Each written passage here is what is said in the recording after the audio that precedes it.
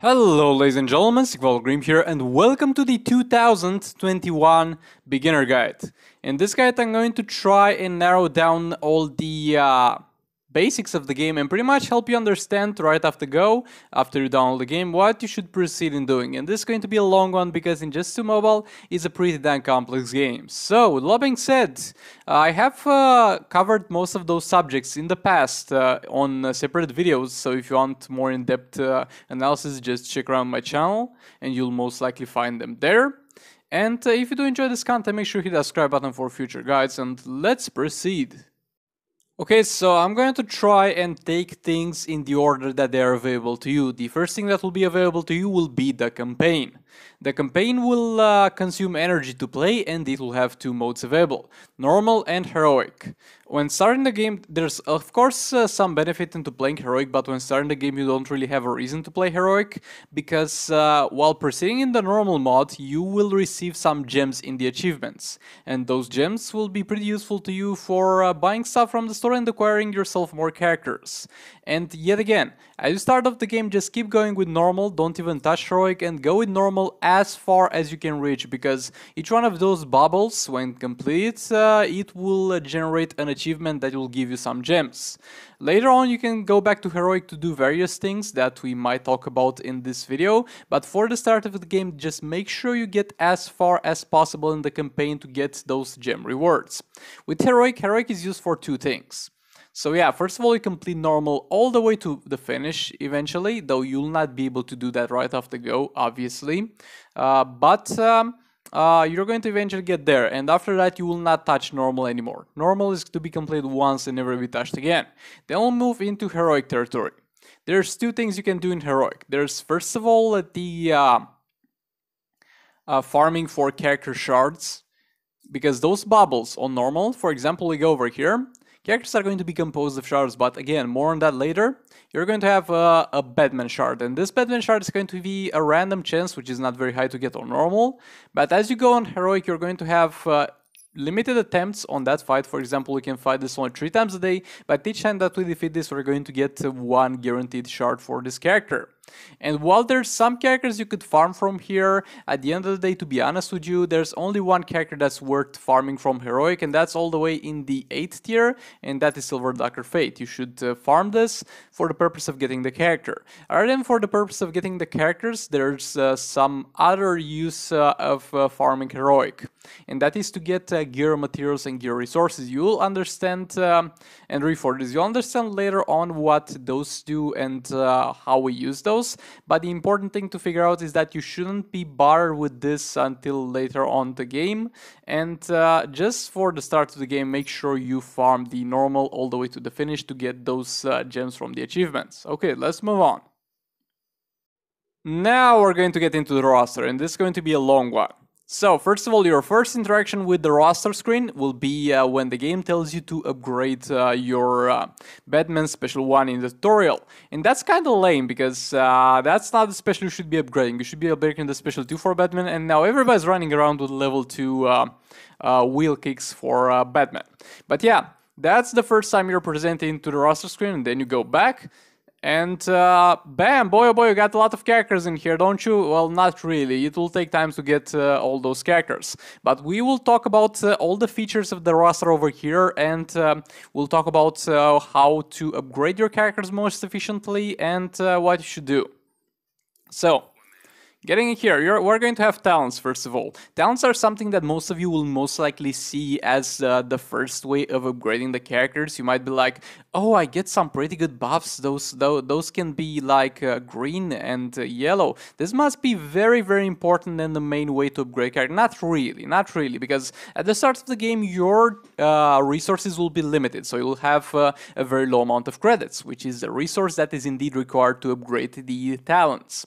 So rather than upgrade the talents, you will be upgrading abilities. But each day you'll have a free refresh, free reroll of talents.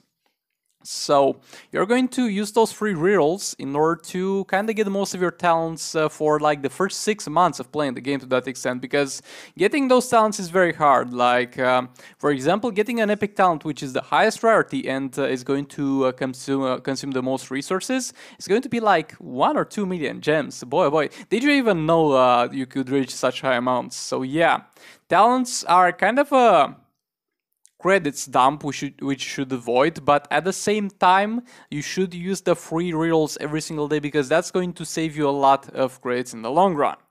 Okay, those are talents. Now let's move on to abilities. Abilities are going to be the thing that you should be upgrading, because with abilities you don't get a random chance to improve your character, you get a guaranteed improvement to your character. Because as you upgrade it, you're simply getting more raw damage and the other things that certain ability is going to provide you. Now, you don't have to upgrade all the abilities for every single character. Look, this is an example of a character that needs all the abilities upgraded, because at some point she will use all of them in different situations. Now, let's go back to... I don't know, let's say, for example, Black Adam over here. This is a character on which I'm using only the special 1 and the special 3. I'm close to never using the special 2, so there is no reason to use the special 2 or to upgrade it. It might be some specific reasons, but none that worth it. So you should interest yourself, like, you get various means. Ask in a comment of my YouTube videos. I also have a guide on which ability you should upgrade on every single character. You should check that out. But the thing is, you should only focus on the abilities that matter for each character and the abilities that should be upgraded. Usually a safe pick is going to be the third ability for each character, but at the same time, not all the characters are worth upgrading, so still do check that out. Now, we're going to get over here in the gear section. The gear section will be where you got, let's see, your equipment for the character. And first of all, you got the gear stat bonus, which will give you various bonuses for having a complete set of gears. On some characters, this is a pretty decent bonus. On some other characters, not a very significant bonus. But for the most part, you should ideally try to get all the gears for the characters that you're using, if possible, because some gears are very hard to get and it will take you a long time. Now, when opening those gears, you're going to see that they have certain bonuses to them. Those are going to come in 2 rarities. They can be either rare or common. And pretty much the only difference is that you're going to have 2 values for each certain bonus. For example, over here for crit chance, you're going to have a rare and a common one. The rare one is obviously going to give you more. And while this is very valuable to have all the chance effects rare, at the same time, you should first of all try and get everything that you need in terms of chance effects, and then try to upgrade them to rare. But first of all, make sure that all your chance effects are going to be at the very least something you need, even though common. Now, what gear chance effects you need? Well, it depends on the character, but something that I can tell you about the gears, there's 2 bonuses that you should never have. Those are going to be stun resistance and crit resistance. Those are garbage bonuses that are literally not existent in any build in the entire game and are not useful or worth picking. Now, in terms of the other stats, all of them are going to be good depending on the situations. If you got a character that will need to tank more damage and take longer to die, you'll need to have on your gears defense, health. If you have a character that needs to deal more damage, for the most part you're going to have crit chance, crit damage, and attack. There's also the fast attack chance, which sometimes is going to be put on damage tiers, sometimes is going to be put on tanks for various reasons. But yet again, I do have build guides for most characters in the game, so you should definitely check that out. Now, with those bonuses, we get a little bit back to the talents, because you also get those bonuses from the talents. You're going to have a far easier time getting them on the gears, so you might as well get them on the gears. You'll eventually maybe end up getting rares and epics on talents, but to be honest with you, talents are not that relevant, so don't sweat it too much about talents. Do your free rerolls, but most of the stuff you'll get from your gears at the start of the game. Now, in terms of upgrading gears, you're going to be able to upgrade your gears for a certain amount of resources and get them to a higher level. This higher level will increase the base effect of the gear and the chance effects of the gears. So, ideally you want them to be at high level, right? Yes, but how do we upgrade that most optimally? So most optimally, because your gear resources will be kind of rare, and yet again, I'll not go in depth on how to get them. I do have a guide about that, but usually it's through league raids that we'll talk about later on, and through farming the last stages of heroic that we might talk about later on in this video. So they are still going to be rare. So how are you going to upgrade them? Well, first of all, there are some certain thresholds for the gears. Let me find a character where I do not have the gears upgraded at all. Well, you will get a lot of gears from the raid drop, so that's kind of hard to find. I think on Batman Ninja Harley. So, this is level 1 gear, right? So, over here you see you have no chance effects. So, you'll get your chance effects at level 5, 20, and 40. So, for the gears, first of all, it's worth rushing all of them to level 5. Then you can rush some gears to level 20. And then you can rush some gears to level 40. You can upgrade them one by one from 0 to 5, or from 5 to 20, or from 20 to 40. You can do that because it doesn't take that many resources to do so. But after you upgrade them to level 40 and you have unlocked all your chance effects, after you have all of them at 40, it will be far more optimal to upgrade them one by one in terms of one level. So for example, once you get all of them to 40, then get all of them to 41, 42, 43, since now you're not unlocking any more slots. And as you keep upgrading them, look, for example, let's go. This is going to cost 20 to upgrade to level 2. Oh wow, we got a level 2 gear. Now, this is going to cost 40 to upgrade to level 3. Oh wow, we got level 3 gears. And now, in order to upgrade it to level 4, again, the price increases. But at the same time, as you have seen up there, the base effects, and also it will be for the chance effects, they have the same rate of growing. So while it will be far enormously more expensive to upgrade the gear from level 59 to level 60, you will get the same amount of value increase from those certain thresholds. So after you get to level 40 and you don't have a reason to rush them at a certain threshold to unlock new gear rolls, you should upgrade them one by one. Now, the other question is, what characters you should actually upgrade? Yet again, I do have a video for that, so you can search for that one, like characters worth building in 2021, I think it's called. But for the most part, the first character that you're going to be building, most likely the very first one, is going to be Batman. Because it's the character that you get from the tutorial, and there's really nothing wrong about getting Batman to level 20 gears. You'll have a good time with Batman, get him to level 20 gears, upgrade special 2, and you're going to be fine. But a little bit later on, the character that most of you are going to be upgrading first is going to be King of Lands AQUAMAN. And over here we got two options.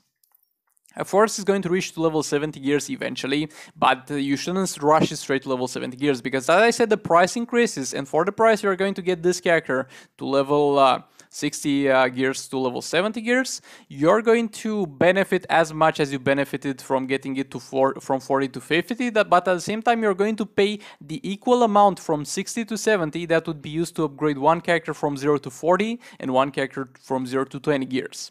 It's going to be very expensive, so don't rush it to level 70 gears. Level 60 gears for the start for your main damage dealers will be a good place to start. So only get them to level 60 and then move on to another damage dealer. Usually build your characters that will deal the damage, because the other characters are at the very least at the start of the game, and actually for most of the game are a little bit less important than characters that deal damage. So for example, we got over here Reverse Flash.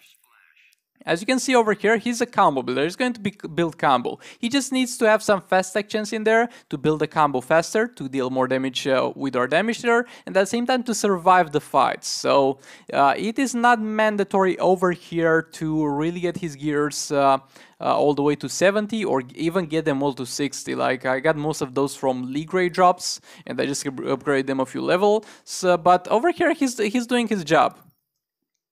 He's got some defense, he's got some health, and he's got some fast actions. He's doing his job over here, so there's no reason for me to upgrade him further. But with damage dealers, every single upgrade is going to improve your damage, so that's important. Now, getting into the stats screen. Over here, you got a lot of valuable information.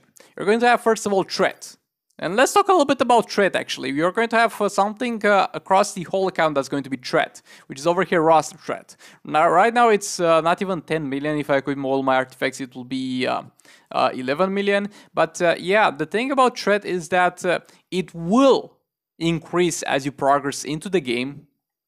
It will indeed increase as you progress through the game, but at the same time, it's not necessarily a threshold of progress. There are people who have 40 million threat, and there's a person who deals currently the most amount of damage in raids who has 11 million threat because they only upgraded the characters that they have to. And with the things that you're going to get on gears and on talents, some of them are going to give you more threat. For example, we go over here. We got Multiverse the Flash. He has a lot of threat over there. You might think that he's better in terms of everything than, for example, Multiverse Armored Supergirl over here that has much lower threat. This is not necessarily the case because with her I've used far more resources to upgrade her, and with him I've used a little bit less resources to upgrade him. So you can say that arguably I've dumped more resources into her, but she's going to have far lower threat because she is a damage dealer, and this game perceives damage dealing values like crit chance, crit damage as lower than the tanking values like health and defense.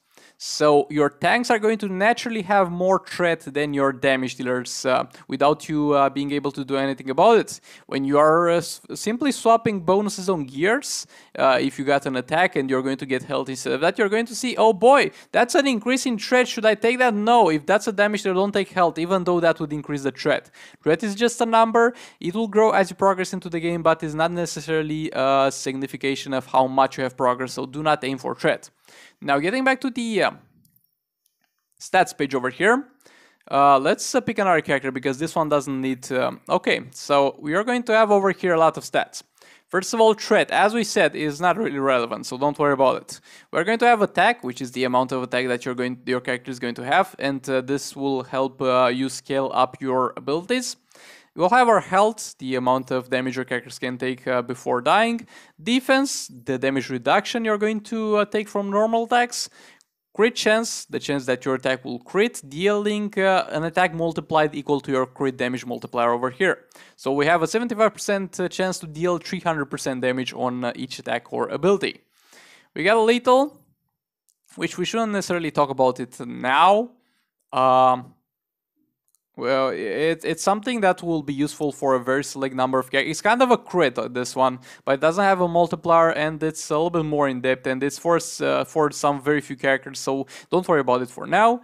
We get fast attack chance. Fast attack chance is going to give you a chance to deal multiple attacks when you attack, dealing double the damage and building double the combo, and fast attack hits are going to... pretty much dictate how many attacks you do when you trigger a fast attack. So for example, if a character has 3 fast attack hits, he's going to hit 3 times. This one has 2, so when he triggers a fast attack hit, he will do fast attacks 2 times. And this one has 3, so when he triggers a fast attack, he will hit 3 times. Actually 4, but that's because of one of his passive. Now we're going to have blocking, which is further increasing the amount of damage you reduce when you block, which is something that you shouldn't really put any resources in since it's not worth it. Defense is far more efficient. And then we have the resistances. Let me find a character with some resistances. Okay, so Reverse Flash over here is going to have some resistances. First of all, we got the stun resistance. This is going to make you not get stunned when you would get stunned. Not necessarily something that matters for the most part. We got dot resistance. You're going to take less resistance from dot damage. Dot damage is a secondary type of damage that will be purple on the screen and will be reduced by the dot resistance instead of the defense resistance. And then we got the crit resistance. The amount of damage is reduced when the enemy is going to crit you. I know, it's a lot to unpack at this point, but yeah, each one of those values are going to have a threshold, which you can't upgrade them further than that, except for attack and health. Attack and health are going to be able to be upgraded pretty much as you can put them. But we got, for example, crit chance. We're going to have a 75 total over here, and over here you get your different values. With those values, you might be overlapping. So if you're overlapping, it might say 75% chance, but you might have the word of a 90% chance crit. So that is going to be a pretty damn huge waste of a slot, because even though you have 90% crit chance, is not going to see it as 90%. Everything that's above 75 in total will not be regarded as such. Same with everything. So when you're upgrading character, when you see a stat hits max, just check over here and see how much you're over by. If you're over by like 10%, If the total bonus that you put is 35%, it doesn't matter that much. But if you're off by 40%, it means that you can get rid of one of those and put an attack instead, or health if it's a tank, or stuff like that. Now, there's two more things that we got in the roster. First of all, there's star promotion of characters. And as you can see over here, I got a lot of characters available for star promotion. Promoting them will of course increase their capabilities and increase my amount of threat. But at the same time, I don't necessarily have a reason to promote characters that I'm not using, and that will cost a lot of credits, and that's one of the biggest credit dumps. So as you start the game, you're going to get a lot of characters, and for the start of the game, use every single character. But as your account grows a little bit, make sure that you only upgrade the characters that you know for a fact you're going to be using.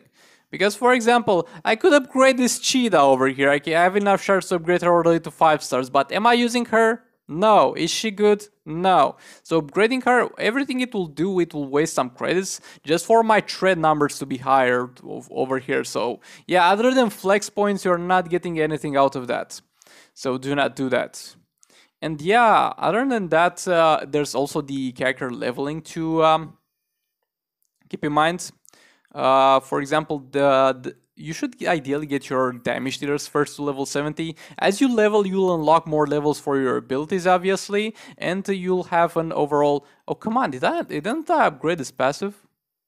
Oh, okay, that's a little bit awkward. I'm using this character a lot, and I didn't notice I haven't upgraded his passive to 5, but yeah.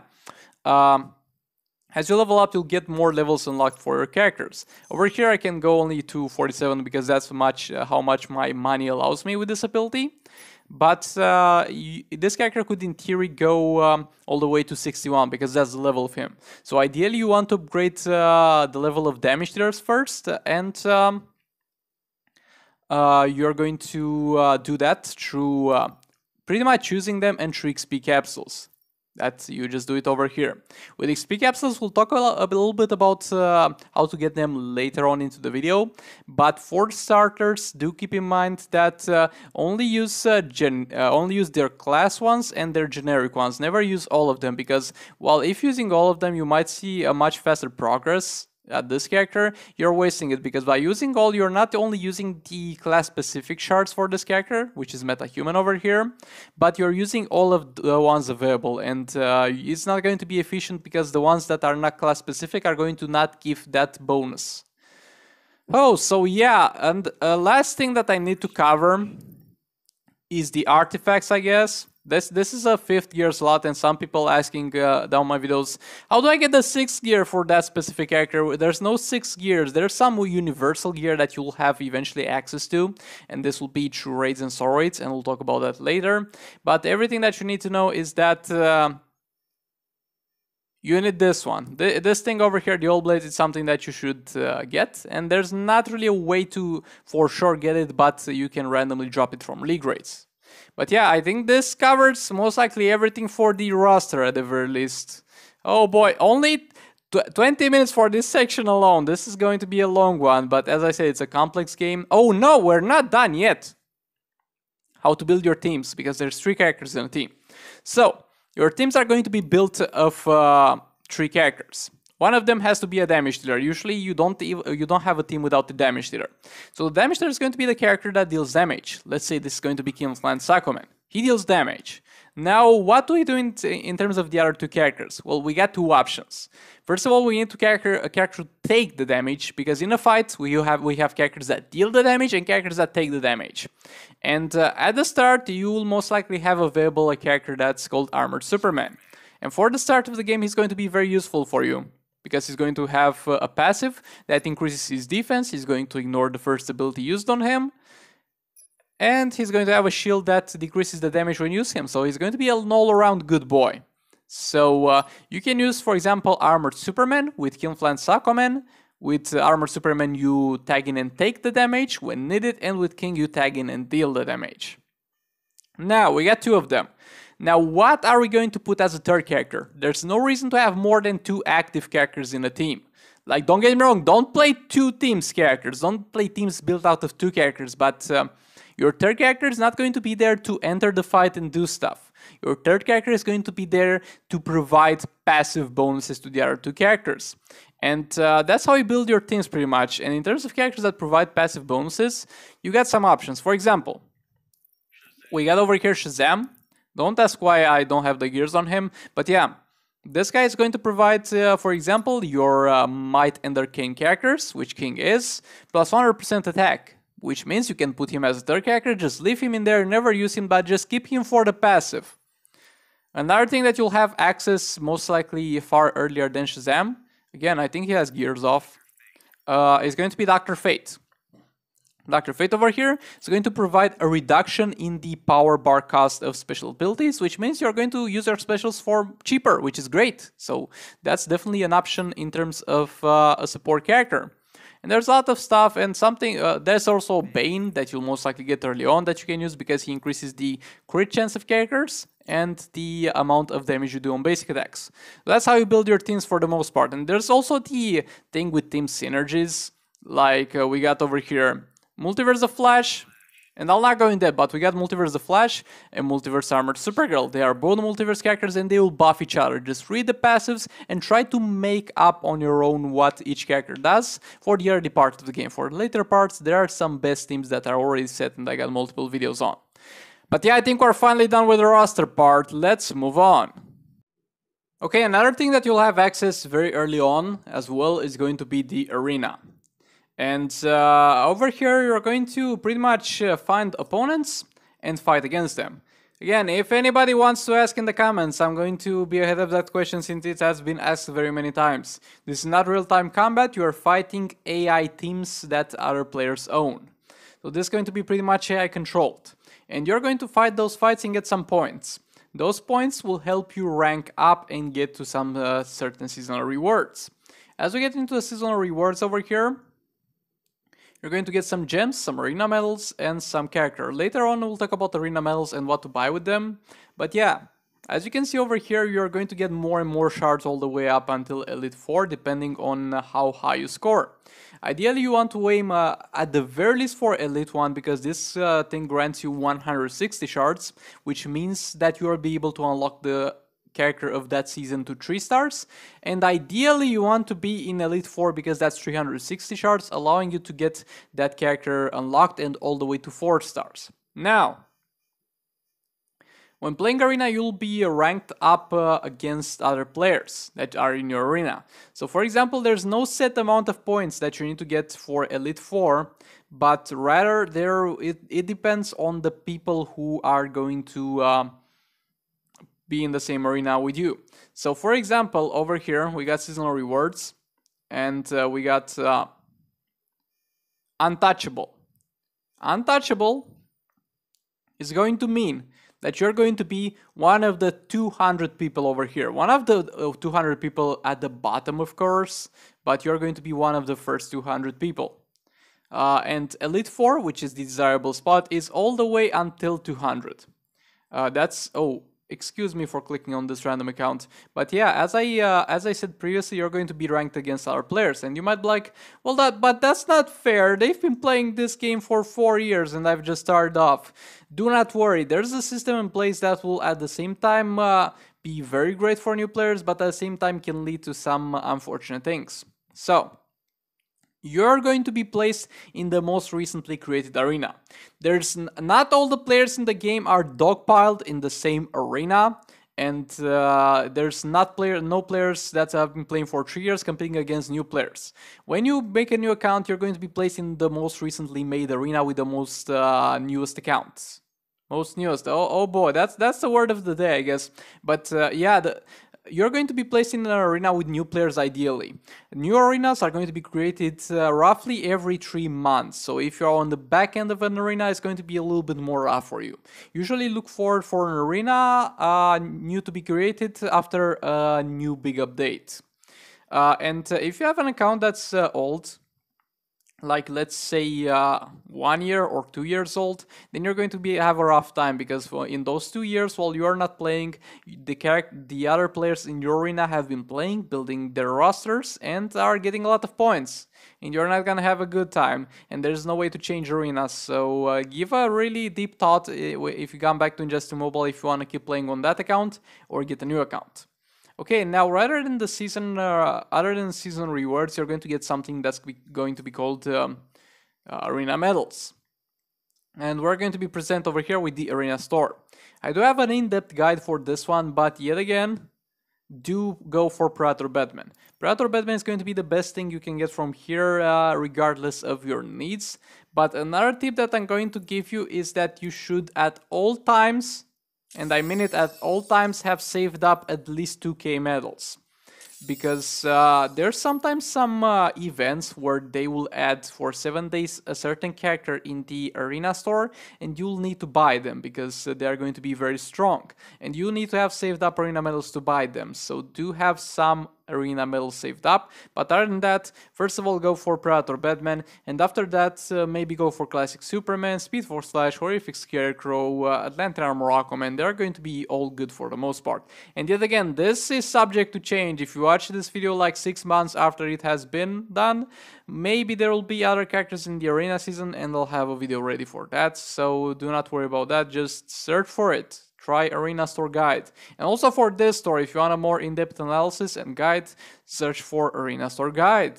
And make sure you pick the one that's made by my channel, I guess. Or any other one, because most people have the same opinion, so it doesn't really matter. Also over here, we find some gears for the characters that you can unlock from here, which is great, and some characters in the arena seasons. Not all of them, sadly.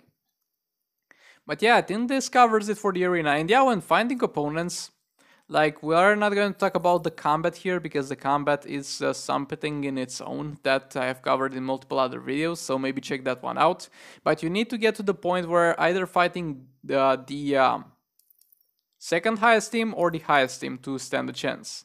So you need to try harder if you're not able to do that, and it really matters how you pick your opponents, because you need to be patient and refresh the opponents, because as I said, threat in this game doesn't matter, but in arena it matters in terms of the fact that the more threat the enemy has, the more points it's going to give you. But the more threat the enemy has doesn't mean necessarily that it's going to be more dangerous to you. What is dangerous is not the threat of the enemy, but the specific characters that the enemy team is composed. So look for teams that are composed fully of damage dealers, because those will die fast. If you're going to fight tanks, those will die horribly hard and you're going to have a rough time and most likely die. So yeah, do not fight Darkseid over here, you're not gonna have a good time. But yeah, I think this covers it for the arena segment, so yeah, let's move on.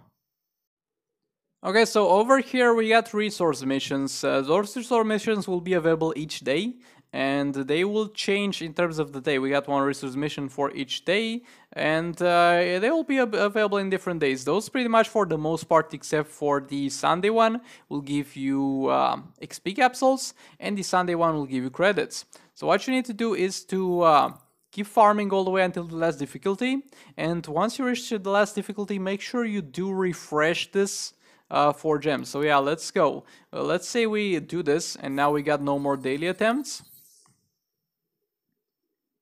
And now we don't have any attempts left, but we're going to be given the opportunity to reset them, because we can do that and it'll cost only 20 gems, and then we can use some more energy to keep farming those. And each one of them is worth refreshing all the available times in the day, because those are very valuable resources, especially the credits, so definitely do refresh them as much as possible. Like 3 times a day ideally, once you get to the last tier of them, and you can even refresh it until then just to get higher. Like if you're stuck on some certain one, like if you're stuck on the 5th one, don't refresh farming that, because it's not worth it. But let's say if you're on the 5th one, you can refresh and get all the way to the 8th one if you are able to. But once you get to the last one, it will not take you a long time. Just make sure you refresh it every single day, because they are definitely worth it. Okay, this was the smallest segment of the video so far. It's getting better, guys. Now we're going to get into the operations. Those are going to give you some gear, some hero XP, some credits, and some gems. Everything over here is going to be relevant except for the gems, because the hero XP, gears, and credits are either crap or in crap amounts, so it doesn't really matter, and you're going to have a chance to get power gems. You should get this to level 20 as soon as possible. Like, first of all, you should try and get characters with gems, and we'll talk about how to do that. But after you've got a decent startup of characters and you're doing okay in the arena, your first priority should be getting operations to level 20, because it's a long-term investment. And look, if you're going to be playing this game for, let's say, 2 months and then quit, the investment into the operation is going to be worthless. We're doing this for the power gem increase. But if you're going to play more than this game than 2 months, after 2 months of playing the game, you will be reaching the amount of gems gained from this, even if you do the longest ones, and it will be only profit. And in terms of which operations you should do, generally speaking, the shorter the better, if you can refresh them as they are over. But if, let's say, you can only enter the game for once every 4 hours, then do 4-hour operations. But if you can refresh them once every 25 minutes, do 25 minutes operations. They might take a little longer. As you can see, the completion speed diminishes as you upgrade them. But yeah, do the shortest amount you can refresh on time, pretty much. And they are definitely worth upgrading. So yeah, let's move on. Now we're going to have challenges. Challenges are going to be places where you can farm the unlockment of characters. We got 2 types of challenges. Normal challenges and versus challenges. The normal challenge is not up right now, so I can't really show it, but it's pretty much the same thing as the versus challenge, the only difference being the fact that the requirements to the challenge are going to be not so rough. So the versus challenges usually require some very specific characters, like for example League of Anarchy characters or Batman Ninja characters. This one, for example, requires Batman Ninja characters, so you might not be able to farm those at the start of the game. But the other type of challenge, which is not available right now sadly, it will look exactly like this, but instead of asking you for some specific characters, it will ask you just for a specific class. For example, to farm this one, you need to have only Arcane character class, and that's where you can unlock characters. Now, some characters are not even worth spending the energy to farm, and other characters are actually worth spending gems to get more shards to unlock faster. Again, I have a tier list on that one. Just search on YouTube challenge characters tier list, and you will find it over there easily. But yeah, with that being said, let's move on. Okay, now we're going to have Champions Arena, and this is kind of a different type of arena, and the seasons will last far longer. They will last a week, and at the end of the week you're going to get a reward based on the division you are, and that reward is going to be a little bit buffed up by the spot that you're in at that point.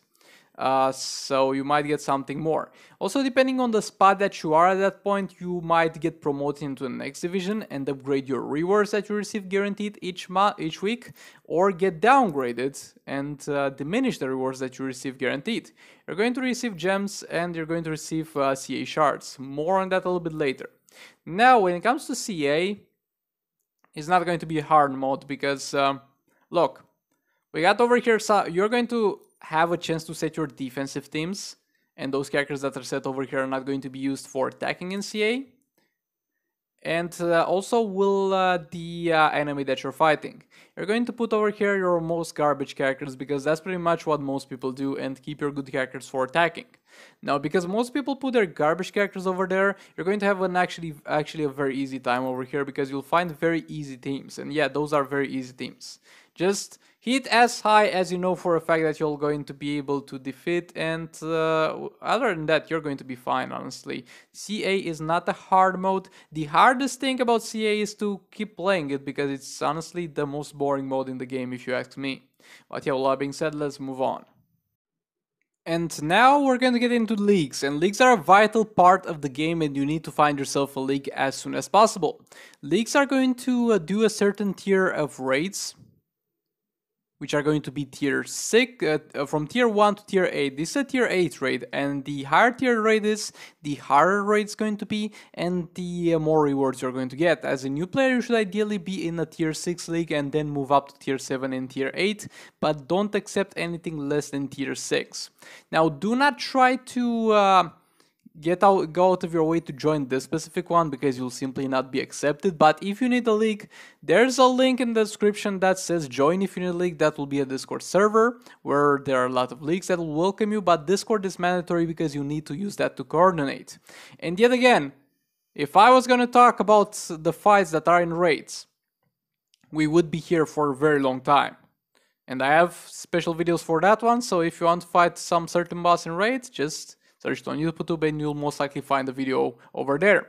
But after you complete raids, other than the other resources that you'll get some league credits. Those league credits are going to be used to buy characters from the league store pretty much. And the character that you should buy first of all is going to be AQUAMAN.